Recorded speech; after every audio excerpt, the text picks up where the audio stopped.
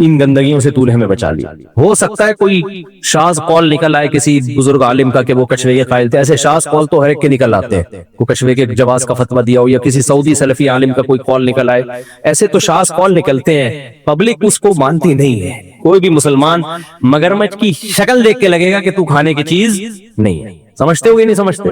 تو اس لیے امام صاحب نے جو احتیاط والا قول لیا ہے نا کہ بصر مچھلی. اب جھینگے میں اختلاف ہے کہ مچھلی ہے یا نہیں ہے. ہماری رائے ہے کہ مچھلی نہیں ہے. حضرت مفتی تقی عثمانی صاحب کی رائے ہے کہ مچھلی ہی کی ایک قسم ہے. وہ ایک اختلافی مسئلہ ہے, میں اس میں کئی دفعہ میں اس کو ایکسپلین کر چکا ہوں, تو وہ ایک الگ مسئلہ ہے. بہرحال ہاں یہ بات ضرور ہے, ہم بہت براڈ مائنڈیڈ ہیں, بہت براڈ مائنڈیڈ. براڈ مائنڈیڈ کا مطلب یہ کہ مجتہدین کا اگر کسی مسئلے میں اختلاف ہو جائے تو ہم اس میں شدت کے قائل نہیں ہیں, صرف اس بیس پہ کہ یار ٹھیک ہے ہمارے دلائل مضبوط ہیں, لیکن دوسری طرف امام شافعی جیسے ہیں تو ہم اس قول کو کالعدم نہیں قرار دیتے. اسی وجہ سے ہم نے کہا کہ کیونکہ عالم اسلام میں سب ابو حنیفہ کو فالو نہیں کرتے, بہت سے امام شافعی کو فالو کرتے ہیں, بہت سے امام احمد بن حنبل کو فالو کرتے ہیں. یہ ہے فرقواریت ختم کرنے کا طریقہ کہ ان کی رائے کا بھی احترام کیا جائے. اس رائے کا احترام ہے کہ احناف مچھلی کے علاوہ کسی چیز کو جائز نہیں کہتے, لیکن باقی سمندر کی مخلوق کی تجارت کو حلال قرار دیتے ہیں, کیونکہ اس کے اسلام ہی میں اس کے جواز کا قول بھی بہت سارے فقہا نے کیا ہے. تو ان کو آپ کالعدم نہیں قرار دے سکتے, کالعدم نہیں قرار دے سکتے. تو یہ ظرف آپ کو احناف میں ہی ملے گا.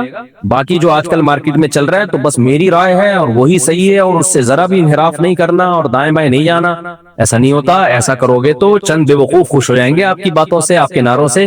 کوئی پڑھا لکھا آدمی کبھی بھی ان چیزوں سے متاثر نہیں ہوگا. اب ہم جلدی سے بس 2-3 آیتیں میں اور پڑھ لیتا ہوں. تو اللہ نے اس میں ہمیں بتایا مردار حرام ہے, خون حرام ہے, خنزیر کا گوشت حرام ہے, جس جانور پہ اللہ کے علاوہ کسی کا نام لے لیا گیا ہو, کسی بزرگ کے نام پہ ذبح کر دیا گیا ہو وغیرہ وغیرہ, وہ بھی حرام ہے. اور گلا گھونٹ کے جس جانور کو مار دیا وہ بھی حرام ہے, اور پتھر سے جس جانور کو مارا وہ بھی کیا ہے, حرام. والمتردیۃ, 2 جانور آپس میں لڑے اور مر گئے وہ بھی حرام. والمتردیۃ کا مطلب اوپر سے گرا, بعض دفعہ بکریاں پہاڑ سے گر کے مر جاتی ہیں وہ بھی حرام. والنطیحۃ, سینگ سے ایک دوسرے کو جانور نے مار دیا وہ بھی حرام. حلال کیا بچا پھر؟ اس آیت کی میں کل انشاءاللہ تفسیر بیان کروں گا, یہ بہت اہم آیت ہے. اسی میں مسئلہ آئے گا گولی کا شکار حلال ہے یا نہیں ہے, یہ بھی ایک اختلافی مسئلہ ہے. تو یہ بھی ایک پوری میں کل مشینی ذبیحہ حلال ہے یا نہیں ہے, تو یہ پوری ڈیٹیل کل انشاءاللہ. اور پھر اللہ نے شکاری کتے کے بھی حلال ہونے کا تذکرہ کیا, کتے کے نہیں یعنی کتے کے شکار کے. اس طرح کتے کھانا شروع کر دیں. یسألونک ماذا قل احل لکم الطیبات وما علمتم من الجوارح, کہ جانور کو اگر سدھا لیا جائے, اس سے شکار کیا جائے تو وہ شکار بھی حلال ہے. یعنی کتا آپ نے بسم اللہ اللہ اکبر پڑھ کے جانور پہ بھیجا اور کتے نے اس جانور کو مار دیا تو اس کے دانت ہی چھری کے حکم میں ہوں گے, سمجھ رہے ہو, بشرطے کہ خود اس میں سے کچھ نہ کھایا ہو. کیونکہ اگر ایک بوٹی بھی خود کھا لی اس کا مطلب اس نے اپنے لیے مارا ہے, آپ کے لیے نہیں مارا, تو اب نہیں کھا سکتے آپ اس کو. یہ کتوں کا بچا ہوا آپ کے لیے, آپ کتے نہیں ہو, آپ کیا ہو, یہ انسان کی شرافت ہے. اللہ نے انسان کو عزت دی ہے کہ تم جانوروں کا شکار نہیں کھا سکتے. جانور نے, میں نے مسائی قوم دیکھی وہاں افریقہ کے جنگلوں میں, ایک جنگلی قوم ہے نا جو اس کا میں نے ولاگ بھی بنایا تھا, وہ نہیں جو ناچ رہے تھے, مجھے ڈر لگا تھا مجھے انہیں کباب بنا کے کھا جائیں, وہ میں واقعی ڈر گیا تھا. وہ تو پورا گھیر لیا ہمیں اور ڈانس شروع کر دیا انہوں نے, اور وہ اتنے خونخوار, گائے کا کھڑے کھڑے گائے کا گوشت کاٹ کے کھا جاتے ہیں, وہ گائے کا خون پیتے ہیں. تو مجھے میں ڈر گیا تھا, میں نے کہا لے بھائی تکے کباب آ رہے ہوں گے اور یہ ولاگ سب سے زیادہ ہٹ ہوگا, لیکن ہم دنیا میں رہیں گے نہیں. تو امیزون میں بھی اس طرح کی قومیں ہیں. میرا بھی پاناما جانا ہوا نا, وہاں سے برازیل وغیرہ قریب ہے امیزون. مجھے ہے جنگلوں کا بڑا شوق ہے, میں نے وہاں لوگوں سے کہا مجھے امیزون کے جنگل جانا ہے جانا ہے جانا ہے جانا ہے. انہوں نے بولا مفتی صاحب, میں نے کہا وہ جو وحشی رہتے ہیں وہاں جانا ہے. انہوں نے کہا ایسے کئی واقعات ہوئے ہیں, لوگ گئے بعد میں کباب کی خوشبو آ رہی تھی, کاٹ کے کھا جاتے ہیں وہ. کل میں نے پھر نیٹ پہ سرچ کیا تو واقعی وہاں کو جیسی قومیں ہیں انہیں کوئی لڑ نہیں سکتا. تو خیر, تو وہ کیا کرتے ہیں, ان کا شکار کا طریقہ, شیر شکار کرتا ہے کسی ہرن وغیرہ کا, مارتا ہے تو وہ جا کے کھینچ کے لے آتے ہیں اس کو, شیر کے مارے ہوئے کو کھا جاتے ہیں. تو واقعی انسانی طبیعت کو بڑی گھن آتی ہے اس سے, چاہے تازہ گوشت ہی کیوں نہ ہو. تو یہ ساری جو غیر اخلاقی انسانیت کے لیے جو انسانیت کے نام پہ دھبا تھی نا, وہ تمام چیزوں کو اللہ نے اس آیت میں حرام کر دیا. تو یہ بھی اسلام کا ایک حسن ہے کہ جانور کو حلال کر کے کھانا ہے، اور اگر کتے کو تم نے سدھا دیا تو کتا تمہارے لیے اعلیٰ انسٹرومنٹ کے طور پہ کام کرے گا، اور انسٹرومنٹ مکمل اس کے ہاتھ میں ہوتا ہے جو اس اوزار کو استعمال کر رہا ہوتا ہے۔ تو کتے کو اتنا سدھا دیا کہ اس نے جا کے شکار کو مارا، قتل کر دیا، ایک بوٹی بھی نہیں کھائی، اٹھا کے تمہارے لیے لے آیا، وہاں چھوڑ دیا، اس کا مطلب یہ تمہارے لیے ہوا ہے، تو پھر تم کھا سکتے ہو۔ اور اگر اس نے کھا لیا تو بس بولو اب تم ہی کھاؤ گے، اب یہ ہمارے کھانے کا نہیں۔ وہی شیشے والی مثال آتی ہے، بوری میں شیشے رکھے ہوئے تھے، ایک آدمی کی عادت تھی ٹھوکر مار کے پوچھتا تھا اس میں کیا ہے، تو سیٹھ نے ٹھوکر مارا، اس بیچنے والے سے، شیشے کے برتن جو بیچ رہا تھا، ٹھوکر مار کے پوچھا اس میں کیا ہے، اس نے کہا ہے نہیں، تھا اب نہیں ہے۔ تو کتے نے اگر خود کھا لیا نا تو آپ بولو اب یہ میرا نہیں ہے، یہ میرا تھا کسی زمانے میں۔ وہی لطیفہ یہاں پہ صادق آتا ہے کہ وہ جو جنگل میں، میں جب افریقہ کے جنگل میں تھا نا، تو ہمیں سب کو باری باری واش روم جانا تھا، اب ڈر واقعی لگ رہا تھا کہ کوئی شیر ویر نہ بن، شیر کا کلر نا یہ مٹی کا ہوتا ہے، شیر ایسی چیز ہے کمبخت، بعد میں قریب جاؤ تو آدمی کو نظر آتا ہے بیٹھا ہوا ہے، ان کے کلر بالکل وہی ہوتے ہیں۔ تو اچھا ہم تو، میں گاڑی میں اس طرف بیٹھا ہوں، یہاں سے شیر گیا، ببر شیر، اور ہمیں جو گارڈ تھا نا، جو یعنی گائیڈنس کے لیے آیا ہوا تھا، وہ حکومتی کا آدمی ہوتا ہے، وہ بار بار میں کہہ رہا تھا چپ کر کے بیٹھ جاؤ، فوسا آ رہا تھا کہ بولو نہیں اور کھڑے نہیں ہو گاڑی میں، چپ کر کے تمیز سے بیٹھے رہو۔ اب میرے ساتھ فیملی تھی، بچے بھی، بچے چی کر رہے تھے، بچوں کو بڑا مشکل ہوتا ہے چپ کرانا، بڑا، آپ نے دیکھا وہ ولاگ، بڑا خاندانی منظر تھا یار۔ ایسے شیر گیا ہے 1 ہفتے سے بھوکا، مجھے پھر پتا چلا انسان کو اللہ نے بڑی عزت دی، جانوروں کے لیے جنگل میں کھانا پینا آسان نہیں ہے، اور 7 بیویاں تھیں اس کی۔ تم لوگ کے سامنے پھر وہ باتیں آ جاتی ہیں، پھر میں، تم لوگ شرمندہ ہوتے ہو، بہت معذرت چاہتا ہوں میں۔ 7 شیرنیاں اور اکیلا ببر شیر۔ ہم تو 5-6 دن جنگل میں ٹھہرے نا، تو شیر ہی کی ایکٹیویٹیز دیکھ رہے تھے کہ کچھ کھائے تو صحیح، ہر شکار میں سو رہا تھا اس سے۔ تو کیا ہوا ہے، مغرب کی نماز کے بعد پھر وہ ہمیں جو گارڈ ہے نا، جو گائیڈنس کے لیے تھا، وہ ہمیں لے گیا گاڑی میں نا، کہ ان کے پاس وہ ہوتا ہے نا وائرلیس، تو اس سے ان کو اطلاعات مل رہی ہوتی ہے کہ وہاں بھی شیر کچھ لگ رہا ہے، کچھ اس کو نظر آیا ہے۔ تو 2-4 بھینسے آئے ہوئے تھے، تو شیر، ہم پہنچ گئے وہاں نا، بھینسے ہمیں نظر آ رہے ہیں، ادھر شیر شیرنیوں کے ساتھ بیٹھا ہوا ہے، اور یہ مہم ایسی تھی کہ ہمیشہ شیرنی آگے آگے ہوتی ہے، شیر بیٹھا ہوا ہوتا ہے۔ ہم کئی دنوں سے یہی منظر دیکھ رہے تھے۔ اس دفعہ ہمیں لگا کہ شیر کہہ رہا ہے بہت ہو گئی، اب میں خود تکلف کروں گا یہ، تو اس دفعہ شیر خود اٹھائے، تو وہ 2 بھینسے، اب اور گورے گورے بھی آئے تھے وہاں جنگل میں، زیمبیا کا جنگل تھا یہ، تو گوروں نے بھی گاڑیاں سٹارٹ کی، اور ہمیں بس یہ حکم کہ چپ کر کے آرام سے بیٹھے رہو، کیونکہ شیر بھوکا ہے، تو وہ ظاہر ہے ادھر بھی ٹن مار سکتا ہے کہ یار ابھی وہ نہیں مل رہا، تو چلو فی الحال انہی سے گزارا کرو۔ اچھا یہ شیر کی نفسیات پتہ ہے کیا، وہاں لوگوں نے ہمیں بتایا کہ آپ جب گاڑی میں بیٹھے ہوتے ہیں نا، تو شیر پوری گاڑی کو ایک ذات سمجھ رہا ہوتا ہے، اس لیے وہ حملہ نہیں کرتا، الا یہ کہ آپ بہت زیادہ ہلنا جلنا شروع ہو جائیں گاڑی میں۔ تو یہ نفسیات ہے شیر کی، وہ گاڑی سے نیچے اترو گے تو حملہ کرے گا آپ پہ، گاڑی میں اس کو پوری گاڑی سمیت ایک عجیب سی جن نظر آ رہا ہوتا ہے کہ یہ کیا ہے، اس کا ایک روب ہوتا ہے شیر کے اوپر۔ تو ایسے نکل کے گیا ہے، اور جو اس نے ڈائیو ماری اور وہ بھینسیں بھاگ گئے، ہم نے گاڑی بھگائی بھینسوں کو تعاقب کے لیے، بھاگ گئے۔ تو یہ کچھ نہیں تھا منظر وہ دیکھنے والا تھا جو اب ہوا۔ شیر بیچارہ مایوس ہو کے نا، 5-6 دن سے یہی ہو رہا تھا اس کے ساتھ، ایسے منہ نیچے اور پیچھے شیرنیاں خرامہ خرامہ واپس۔ ہمارے دوست نے کہا بالکل ایسا لگ رہا ہے جیسے کسی کا جنازہ پڑھ کے واپس آ رہے ہیں، بالکل واقعی، کوئی بہت لمبی واک کر کے جا رہے تھے، ہم بھی تھک گئے تھے، اب ہمیں واپس بھی آنا تھا، ہم نے کہا بھائی اب مر جائے تو بتا دینا، ہم آ کے جنازہ دیکھ لیں گے اس کا۔ جیسے ہی میں کراچی پہنچا ہوں، ہمارے دوست کا جو جنگل میں ہی تھے ان کی ویڈیو آئی، یہ 2 بھینسے مارے ہوئے ہیں، اور خود بھی توند بھر رہا ہے بیٹھ کے، اور لگڑ بگا اور وہ جو نہیں ہائنا وائنا سب آ کے بوفے چل رہا ہے، پورا بوفا سسٹم۔ محنت شیر کی ہوتی ہے اور فائدہ، تو وہ 3-4 دن میں نا ایک بوٹی بھی نہیں بچی تھی 2-3 بھینسوں کی، وہ مار دیا۔ تو مجھے لگا کہ بھائی اللہ کا بھی ایک نظام ہے، ان کو اتنا بھوکا رکھا لیکن اللہ نے اب ان کو بھی کھلا دیا۔ میں نے کہا چلو کھاؤ شاپ۔ بات پتہ نہیں کہاں سے چلی تھی، ہم کدھر کو لے گئے، یہ جنگل کہاں سے آ گیا، شیر کہاں سے۔ ہاں اصل تو یہ آئی تھی کہ وہ شیر کا بچاوا لکڑ بگا تو کھا سکتا ہے، ہائنا وغیرہ لومڑیاں بھی، انسان کو کھانے کی اجازت نہیں ہے۔ انسان کو اللہ نے حکم یہ دیا ہے کہ تم گراؤ گے بھی، ذبح بھی کرو گے، پھر خود بھی کھاؤ گے، شیروں کو بھی کھلاؤ۔ سانپ بچھو وغیرہ جانوروں کو مارنا ثواب ہے کیا؟ سنا ہے کہ سانپ بچھو چیل کوا چوہا ان کو دیکھتے ہی مار دینا چاہیے۔ اگر درخت پیڑ پر کوا بیٹھا ہو تو کیا اپنا کام چھوڑ کر اس کو مارنا چاہیے؟ اگر نہیں مارتے تو کیا گنہگار ہوں گے. محمد تسلیم اختر انڈیا سے. بھائی سانپ بچھو کا پتہ ہے آپ کو کہ محلے میں آ گیا اور آپ نے نہیں مارا تو کسی کو کاٹ لے گا, پھر تو سانپ بچھو کو قتل کرنا واجب ہے, کیونکہ نہیں ماریں گے تو وہ لوگوں کو مار دے گا, لوگوں کو ہلاک کر سکتا ہے. تو ایسی صورت میں تو لوگوں کو بچانے کے لیے آپ پر لازم ہے کہ سانپ بچھو کو ماریں. حدیث میں آتا ہے نماز کے دوران اگر سانپ دیکھو تو اسے قتل کر دو, یعنی نماز بھی آپ جاری نہیں رکھ سکتے بلکہ سانپ کو پہلے مارا جائے گا. باقی یہ کہ جنگلوں میں جا کے بلا وجہ سانپوں کے پیچھے پڑ کے مارنا اور بچھوؤں کو تلاش کر کے مارنا یہ لازم نہیں ہے آپ کے اوپر. اور چوہے کو دیکھتے ہی مار دینا چاہیے. چوہا جو ہے نا اگر دیکھتے ہی مار دینا تو بس مار دیں چوہے کو اگر آپ کو تکلیف پہنچا رہا ہے, باقی دیکھتے ہی مار دینا واجب نہیں ہے. تو اب مجھے نہیں پتا چوہے نے آپ کے ساتھ کیا ایسا سلوک کیا کہ آپ اس کو دیکھتے ہی مارنے کے جو ہے پیچھے پڑے ہوئے ہیں. مار سکتے ہیں, مار دینا چاہیے, نقصان دہ جانور ہے. طاعون کی بیماری بھی چوہے سے پھیلتی ہے, اور گھروں میں نبی صلی اللہ علیہ وسلم نے چوہے کو فویسقہ کہا ہے, فاسق یعنی انسان کو نقصان پہنچانے والا.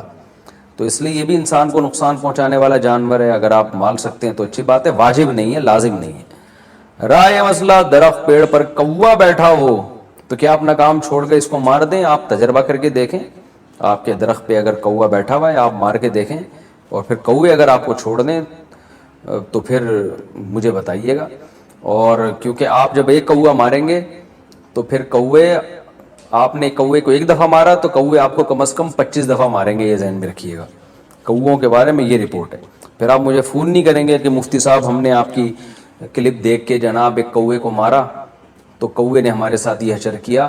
تو کووں کو اپنے حال پہ چھوڑ دیں. کوا بہت چالاک جانور ہے, میں نے بہت تجربے کیے ہیں, لوگوں کے ذہنی زندگیوں میں دیکھے ہیں کہ ایک کوا انہوں نے مارا ہے, پھر اس درخت کے نیچے 6 مہینے تک ان کے لیے گزرنا محال ہو گیا. جب بھی گزرتے تھے کوے کی پوری فوج آ کے ان پہ فضائی حملے کرتی تھی. تو کوے سے جو ہے نا ایئر اٹیک کرتا ہے, بڑا خطرناک. کووں سے پنگا نہ لیں. اور کوے کسی کو کچھ کہہ بھی نہیں رہا, وہ اپنا آرام سے ہنسی خوشی زندگی گزار رہا ہے. یہ چوہے تو کچھ کہہ رہے ہیں نا, نقصان پہنچاتے ہیں. اسی طرح سانپ بچھو بھی نقصان پہنچاتے ہیں. چیل جو ہے وہ بھی اگر نقصان پہنچا رہی ہے تو اس کو مار دینا چاہیے. نقصان کیسے پہنچاتی ہے؟ آپ کہیں گوشت لے کے جا رہے ہیں, وہ چین کے بھاگ جاتی ہے, اس طرح سے حرکتیں کرتی رہتی ہے.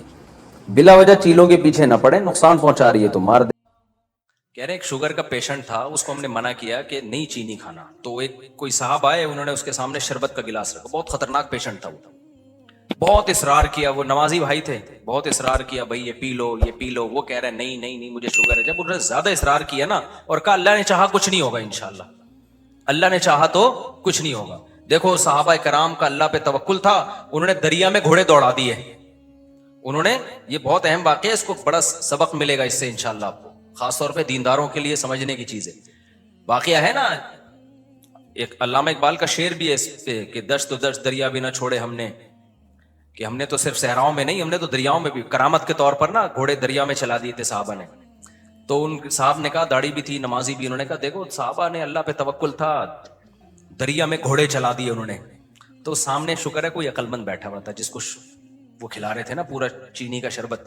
اس نے کہا دیکھو اگر وہاں پل ہوتا نا پھر اللہ دریا میں گھوڑے نہیں چاہے, وہ ڈوبنا تھا انہوں نے, وہاں تو پل نہیں تھا اور مجبوری تھی جانا.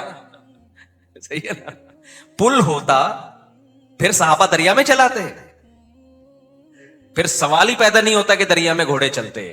اللہ کہتا ہے پل ہے تو جاؤ نا, یا پل بنانے کا ٹائم ہوتا تو بھی نہیں. یہ جو قسطنطنیہ میں سلطان محمد فاتح نے قسطنطنیہ اور یہ جو آج کا استنبول ہے جب یہ فتح کیا تھا تو اس نے کوئی دریا میں تھوڑی گھوڑے چلا دیے تھے.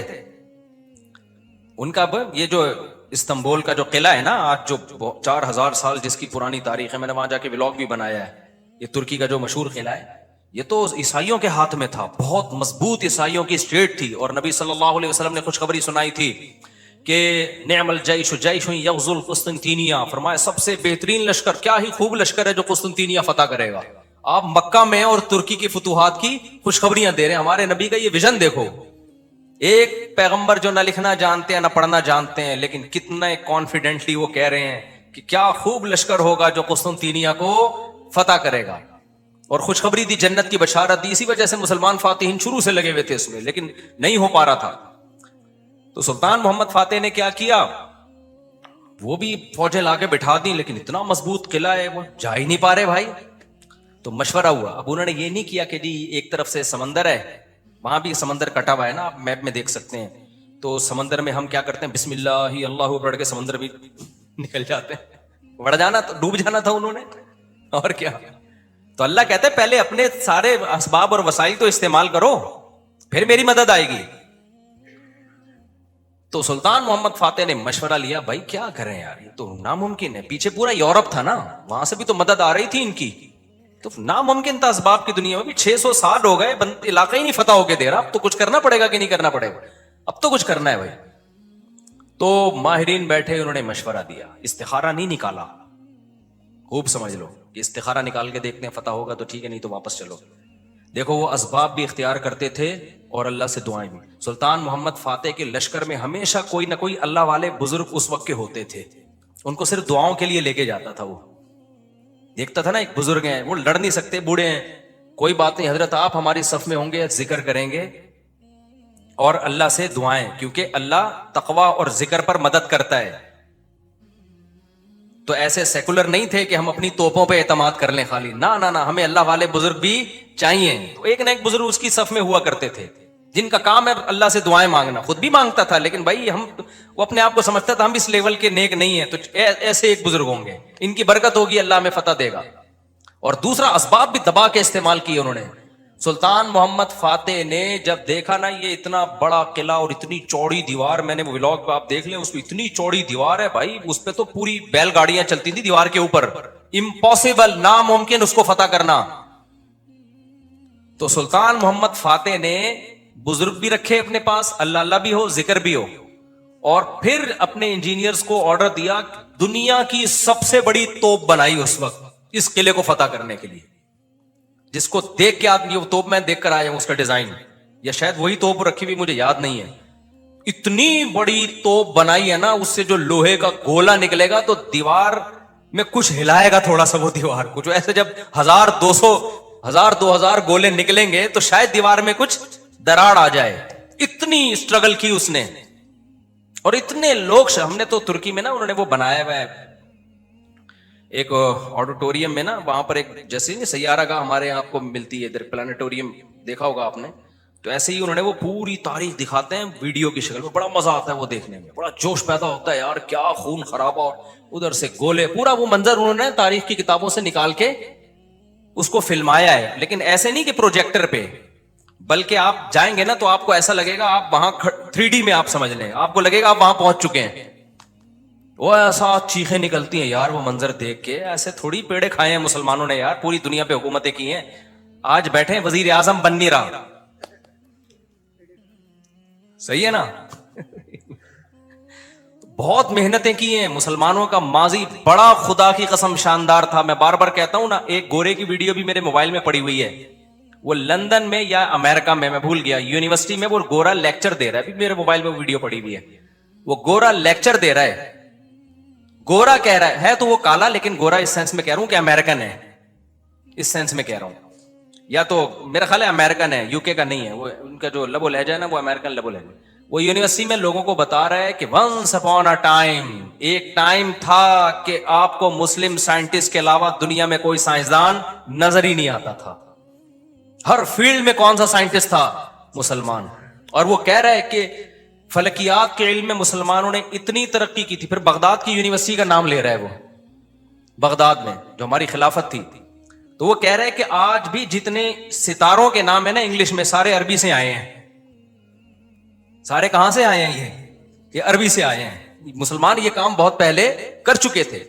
بڑا شاندار ماضی تھا ہمارا, لیکن ایسا ختم ہوا, ایسا لگتا ہے ہم ہمیشہ سے ہی اسی طرح ہیں, ہمیشہ سے ہی ہم سے وزیر اعظم بن ہی نہیں پایا کبھی. ایسا نہیں ہے, ماضی ہمارا اور زیادہ پرانا ماضی نہیں ہے, 150-200 سال سے زیادہ پیچھے کی بات نہیں ہے. یہ چند غلطیاں ہوئی ہیں جس کی سزا ہم بھگت رہے ہیں. اس میں مذہبی لوگوں سے بھی ہوئی ہیں, حکمرانوں سے بھی ہوئی ہیں, دونوں طبقوں سے ہوئی ہیں. کسی ایک طبقے کو آپ ذمہ دار نہیں ٹھہرا سکتے. تو اس میں ایک بہت بڑی غلطی یہ ہوئی ہے کہ مذہب کو سائنس سے کیا کر دیا, الگ کر دیا. یہ بہت بڑی مسٹیک ہوئی ہے. جبکہ ہمیں داؤد علیہ السلام سلیمان علیہ السلام کے واقعات میں کیا ملتا ہے؟ اللہ نے سلیمان علیہ السلام کو جب دنیا کا حکمران بنایا ہے تو اللہ نے اسباب اور وسائل بھی دیے تھے ان کو. وہ اسباب کیا تھے؟ لوہا ان کے ہاتھ میں پگھلا دیا اللہ تعالیٰ نے. داؤد علیہ السلام کو حکم دیا زرہیں بناؤ زرہیں. اللہ کہہ دیتا کہ اے داؤد تو زمین پر حکومت کرے گا، لڑائی کرے گا، زرہیں بنانے کی ضرورت نہیں ہے. آیت الکرسی پڑھ کے ہر مجاہد پہ پھونک لگائی، دم کیا، دشمن کی تلوار چلے گی نہیں. یہی چل رہا ہے نا آج کل. داماد انسان کا بچہ نہیں بن رہا، آیت الکرسی پڑھ کے پھونکو اور اس کو جو ہے وہ تعویذ کرا دو تو ٹھیک ہو جائے گا. پوری 10 سال دامادوں کے ٹھیک کرنے میں بیٹیوں کی زندگیاں تباہ کر دی. قرآن کیا کہتا ہے؟ ان خفتم اللہ یقیما حدود اللہ. حدود اللہ پہ قائم نہیں رہ سکتے بھائی، خلا لینے کی کوشش کرو اس پاگل سے. 2-3 موقع دے دیے ٹھیک ہونے کے، ہو گیا ٹھیک ہے. نہیں تو اگر برائی اس قابل ہے کہ برداشت کے قابل ہے تو برداشت کرو. بلا وجہ گھر نہیں توڑنا چاہیے. بالکل برداشت کے قابل نہیں ہے، جان چھڑاؤ بھائی اس آدمی سے. نہ میں نہ جانتا ہوں نا ایسے لوگوں کو 30 سال ہو گئے کہ نہیں جی اللہ کے ہاتھ میں دل ہیں، اللہ جب چاہے گا میرے داماد کا دل چینج کر دے گا. اس امید پہ 30 سال گزار دیے اور بیٹی پاگل ہو گئی. میں نے کہا 30 سال کے بعد آپ آ رہے ہو کہ خلا لینا ہے؟ کہہ رہے ہیں بھائی وہ اللہ کے ہاتھ میں دل ہے. تو میں نے کہا اللہ کے ہاتھ میں ہے لیکن اللہ نے کہا کہ میں گھماؤں گا. ہم کب کہہ رہے ہیں کہ اللہ کے ہاتھ میں نہیں ہے؟ اگر ہمیں پتا ہوتا کہ اگلے سال اللہ آپ کے داماد کو ٹھیک کر دیتا، میں کہتا چلو 1 سال اور انتظار کر لو. اللہ کے ہاتھ میں ہے لیکن گھمائے گا کہ نہیں گھمائے گا یہ اللہ نے نہیں بتایا. بلکہ اللہ نے جو بتایا ہے انک لا تہدی من احببت، آپ اس کو ہدایت نہیں دے سکتے جس سے آپ محبت کرتے ہو. یہ تو حضرت ابو طالب کے بارے میں نازل ہوئی ہے کہ نبی کے چچا ایمان نہیں لائے تو نبی غمزدہ تھے. اللہ نے فرمایا کہ آپ جس سے محبت ہے ہدایت نہیں ملے گی، اس کو ملے گی جس کو اللہ چاہے گا. اور چاہے گا کس کو؟ جو خود چاہے گا. یہ بھی قرآن کہتا ہے جو خود چاہے گا اسی کو ملے گی. خود نہیں چاہے گا تو بھائی چاہے نبی کا چچا بھی ہو نہیں ملے گی. تو میں نے کہا بھائی نبی کے چچا کو نہیں ملی ہدایت، آپ کے داماد آپ کے نبی سے بھی آگے ہو. تو ہم تو گراؤنڈ ریئلٹی کو دیکھ کر فیصلہ کریں گے. 1 سال بہت ہوتا ہے کسی کو تجربے میں. اب انسان کا بچہ نہیں بن رہا، نہ نان نفقہ دے رہا ہے، وہ بے تحاشا مارتا پیٹتا ہے، ٹارچر ذہنی کر کے اس کو بیچاری کی زندگی بیڑا غرق ہو گیا اسے. میں نے کہا خود ہی مر جائے گا، تھوڑے دنوں میں خلا کے تکلف کی ضرورت کیا ہے؟ طلاق لینے کی کیا ضرورت ہے اس سے؟ اسلام جو ہے نا وہ دقیانوسی نہیں سکھاتا میرے بھائی. مسلمانوں نے ایسے ہی نہیں دنیا پہ حکومتیں کر لی ہیں. داؤد علیہ السلام کو اللہ نے، داؤد علیہ السلام قرآن کہتا ہے نا پوری دنیا پہ داؤد علیہ السلام نے، پوری دنیا نہ بھی ہو، دنیا کے ایک بہت بڑے حصے پر جو حکومت کی ہے. تو قرآن کیا بتاتا ہے کیسے کی حکومت؟ کیسے کی حکومت؟ پھونکے لگا لگا کے کی. قرآن ان کی عبادت کا بھی تذکرہ کرتا ہے. دن میں روزہ رکھتے تھے، راتوں کو تہجد پڑھتے تھے، اس کا بھی تذکرہ کرتا ہے. یہ بھی ضروری ہے، ورنہ ایک سیکولر فوج میں مجاہدین میں اور ایک مذہبی لوگوں میں کوئی فرق نہیں رہے گا. اللہ کہتے ہیں جب تم اللہ کی راہ میں لڑو گے کثرت سے اللہ کا ذکر کرو، کیونکہ تم لڑ رہے ہو اللہ کی مدد پہ تو اللہ کو یاد بھی تو رکھو نا. لیکن ساتھ ساتھ اسباب اور وسائل بھی خاندانی طریقے سے استعمال کرنے ہیں. تو اللہ نے داؤد علیہ السلام کو کیا کہا؟ زرہیں بنائے لوہے کی. اور کیسے کہا؟ یہ بھی نہیں کہا کہ بنا دیں بس باقی میں خود ہی جوڑ دوں گا. قدر فی السرد، ان کی لڑیاں جوڑنے میں بھی اندازوں سے جوڑیں کہ کیسے. اس اندازے کا مطلب کیا ہے؟ کیونکہ جب زرہیں بنائی جاتی ہیں نا لوہے کے لباس جو جنگ میں استعمال ہوتے ہیں، تو ظاہر ہے جس فوجی کے لیے، جس مجاہد کے لیے بنوائی جا رہی ہیں اس کو لیٹنا بھی ہوگا، اس کو بیٹھنا بھی ہوگا، اس کو گھوڑے پہ چھلانگ لگا کے بیٹھنا بھی ہے. تو وہ موویبل ہوں، وہ مڑ سکیں آسانی سے. تو اس کے لیے بہت ٹیکنیکل طریقے سے اس کو ایڈجسٹ کرنا ہے. تو قدر کا مطلب اس کی ایڈجسٹمنٹ بڑی خاندانی ہونی چاہیے. نہیں آئی میرا خیال ہے بات سمجھ میں؟ یہ بھی نہیں کہا کہ اللہ میاں نے کہ زرہیں بنانے رسی سے جوڑ لینا. یہ ایک تار نہیں ہوتی جو الیکٹریشین کے پاس ہوتی ہے، یہ والی تار سے یوں کرنا. ہمارے یہاں جگاڑو کام ہو رہے ہوتے ہیں کہ نہیں ہو رہے؟ جاپان میں جگاڑو کام نہیں ہوتے. ہمارے ہر کام کیا ہے؟ کمپیوٹر کو بھی ٹھنڈا کر رہے ہیں پنکھے پہ نہ آگے. میں نے نیٹ پہ ایک ویڈیو دیکھی، سسٹم کو ٹھنڈا کرنے کے لیے ایک الگ سے پنکھا چلایا ہوا ہے جو کمپیوٹر کو کم اور آپ کو زیادہ ٹھنڈا کر رہا ہے. منہ پہ ہوا آ رہی ہے ڈائریکٹ اس کی. خیر، تو قدر فی السرد مینجمنٹ اسلام کا ایک حکم ہے. صفوں کو سیدھا کرنے کا حکم ہے یا نہیں؟ اللہ میاں کہتے ہیں نماز پڑھنے آؤ، تھوڑے بہت آگے پیچھے ہو گئے کوئی مسئلہ نہیں ہے یار، قبول کرنے والا کون ہے؟ اللہ ہے، کر لے گا. نہ اتنی بھائی جب کھڑے ہو سیدھے تو پھر سیدھے ہونے چاہیے. ذرا سا بھی پیٹ آگے نکلا ہوا نہ ہو، سینہ آگے نکلا ہوا نہ ہو. نبی صلی اللہ علیہ وسلم اقامت کے بعد کیسے صفوں کو سیدھا کرتے تھے؟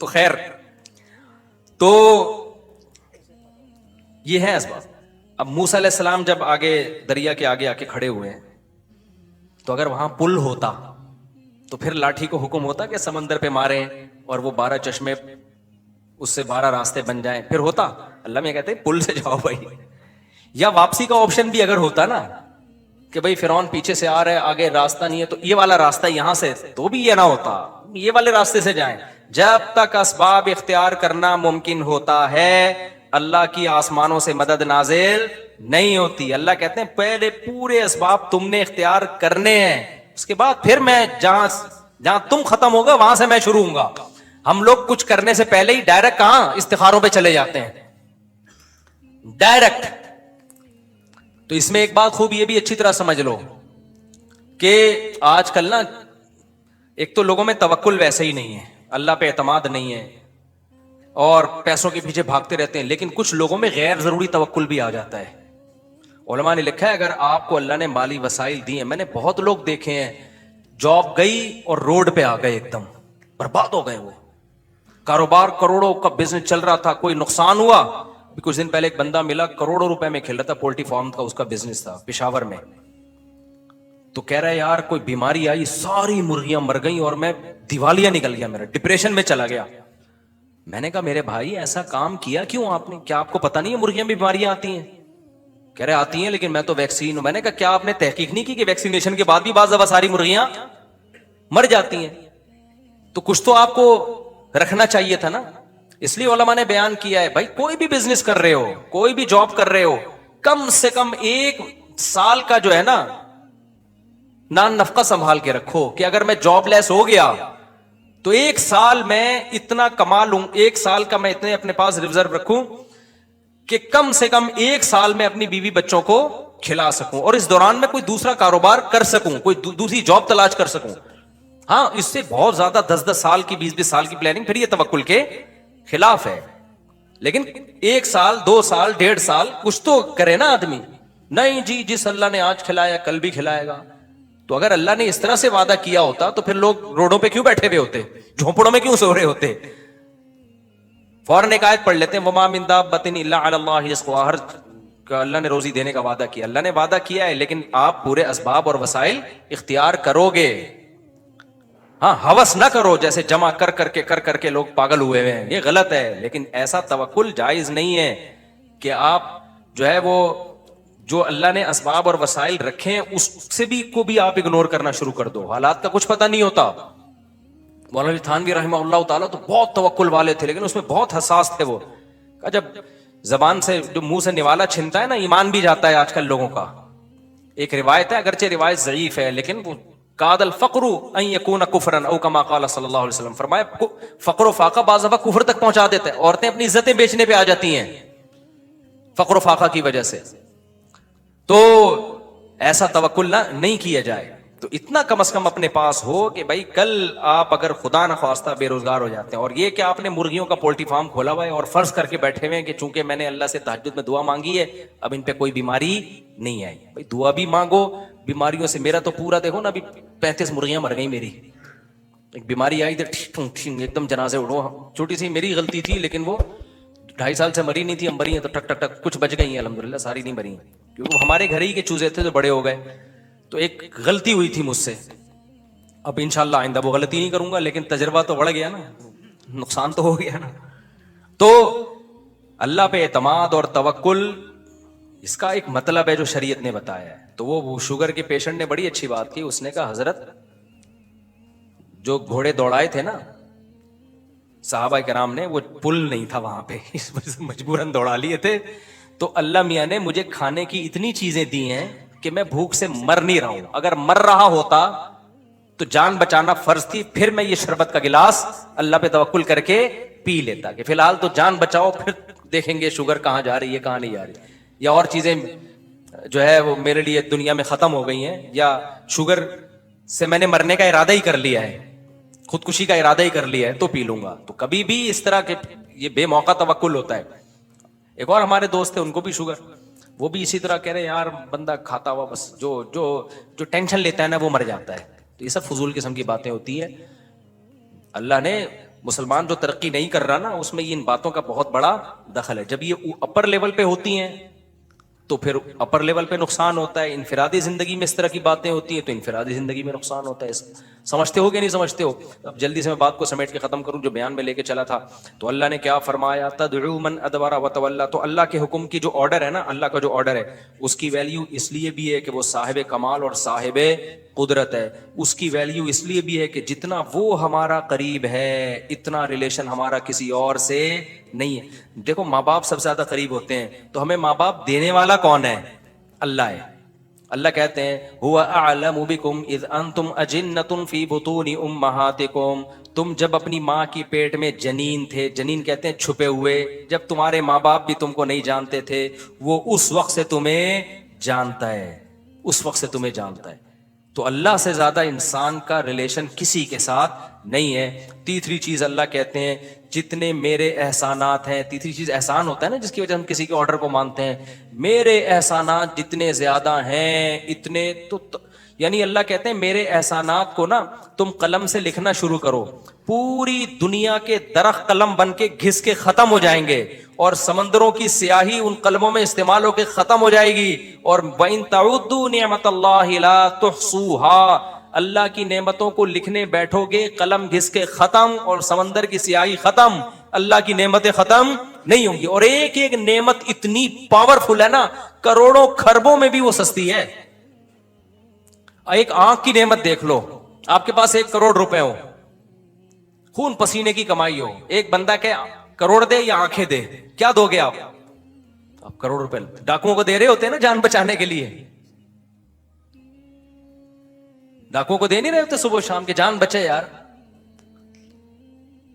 آنکھوں کی نعمت ہے, سننے کی نعمت ہے, چکھنے کی نعمت ہے, ہر نعمت اتنی قیمتی نعمتیں, ایک ایک نعمت جو اللہ نے انسان کو اس کی باڈی میں جو نعمتیں لگا دی ہیں اتنی قیمتی نعمتیں ہیں. تو یہ اللہ کے احسانات ہیں. اللہ کہتے ہیں اس کا سوچتے رہو گے یہ احسانات کبھی ختم نہیں ہوں گے. حضرت ڈاکٹر عبدالحی صاحب رحمہ اللہ تعالیٰ کا معمول تھا, کہتے ہیں میں رات کو سونے سے پہلے نا, کیونکہ لوگوں کی عادت ہوتی ہے نا کہ یہ بھی میرے ساتھ غلط ہوا, یہ بھی میرے ساتھ غلط ہوا, یہ مسئلے میرے ساتھ, یہ مسئلے, بعض لوگ ہمیشہ منہ ان کا بیچاروں کا آڑا ترچھا ہی رہتا ہے, مہنگائی ہو گئی, یہ وزیر اعظم ہی نہیں بن رہا, اور ابے یہ تو تمہارے مسئلے ہیں ہی نہیں, یہ کیوں لے رہے ہو ٹینشن یار, یہ ہمارا کام تھوڑی ہے, وہ ٹینشنیں لو جو تمہاری ہیں. تو یہ بھی نہیں ہو رہا ہے, یہ بھی نہیں ہو رہا, صبح شام. تو حضرت مولانا شفیق تھانوی رحمہ اللہ کو کسی بزرگ نے خط لکھا کہ حضرت یہ بھی میرے ساتھ مسئلہ ہے, یہ بھی مسئلہ ہے, یہ بھی مسئلہ ہے. تو حضرت حکیم الامہ چونکہ مصلح تھے نا, پیر و مرشد, پہلے پیر و مرشد ایسے ہوتے تھے, انہوں نے پورے خط کے آخر میں ایک جواب لکھا کہ افسوس کے شکر کا جملہ ایک بھی نہیں لکھا, سارے مسئلے ہی بتائے ہیں. تو سمجھ گیا کہ بھائی تربیت نہیں ہو رہی ہے, تربیت ہو گئی ہوتی تو کیا بتا رہے ہوتے حضرت, یہ بھی ٹھیک, وہ بھی ٹھیک, یہ بھی ٹھیک, ٹھیک ہے نا. تو خیر وہ تو پھر تربیت ہوئی ان کی الحمدللہ, بڑے بزرگ بنے وہ. تو وہ فرماتے تھے کہ میں جب رات کو سونے سے پہلے میں کیا کرتا ہوں, دیکھتا ہوں, یہ نہیں دیکھتا کہ کیا کیا غلط ہے, یہ دیکھتا ہوں کیا کیا ٹھیک ہے. تو میں دیکھتا ہوں الحمدللہ گھر والے صحت مند ہیں, بچے میرے ماشاءاللہ سارے زندہ ہیں اور صحت مند ہیں, کوئی چھوٹی موٹی بیماری ہے لیکن خطرناک نہیں ہے. اللہ کا شکر ہے کل گھر میں گھر کا راشن کل کا کم از کم ہے, ناشتے کا بھی, دوپہر کھانے کا بھی, رات کھانے کا بھی. اللہ کا شکر سونے کی جگہ بھی ہے. بہت سے لوگوں کے پاس رات کو سر چھپانے کی جگہ نہیں ہے, بہت سے لوگوں کو ایسی خطرناک بیماریاں لگی ہوئی ہیں, بڑے بڑے 1000 گز کے بنگلوں میں ایئر کنڈیشن روم میں سو رہے ہیں, کینسر ہے خطرناک, کوئی ٹی بی ہوئی ہوئی ہے, کوئی ایسی ڈینجرس بیماری ہوئی ہوئی ہے, ہم ان سے کروڑا گنا اچھے ہیں. تو ہر چیز میں نا اللہ کا شکر, اللہ کا شکر, یہ نعمت, یہ نعمت, یہ نعمت. اس سے کیا ہوتا ہے, دل میں اللہ کی محبت پیدا ہوتی. پانی مل رہا ہے, کھانا مل رہا ہے, کتنی نعمتیں. اور سب سے بڑی نعمت ایمان, ہم اس اللہ کو پہچانتے بھی ہیں جس نے ہمیں پیدا کیا. تو اس طرح سے نا سوچنا چاہیے ہمیں بھی. جب پانی بھی پیو نا, حدیث میں آتا ہے اللہ بندے سے خوش ہو جاتا ہے جب وہ الحمدللہ کہتا ہے آخر میں, کافر نہیں کہتا. آپ کسی سیکولر, آج کو مسلمانوں میں بھی کافروں جیسے بہت ہو گئے ہیں, آپ بولو نا الحمدللہ بولو تو غصہ کرے گا آپ کے اوپر. کسی مولویوں کے پاس سے لگ رہا ہے بیٹھ کے آ رہا ہے, مولویوں کے پاس سے بیٹھ کے آ رہا ہے, بھائی سبحان اللہ الحمدللہ مولویوں کی باتیں. بھئی مولویوں کی تھوڑی ہے یار, یہ جس نے تمہیں دیا ہے آسمان سے برساتا ہے تمہارے لیے. پھر کہتا ہے اللہ کہتا ہے کہ فَسَلَكَهُ يَنَابِيعَ فِي الْأَرْضِ, زمین کے سوتوں میں داخل کرتا ہوں,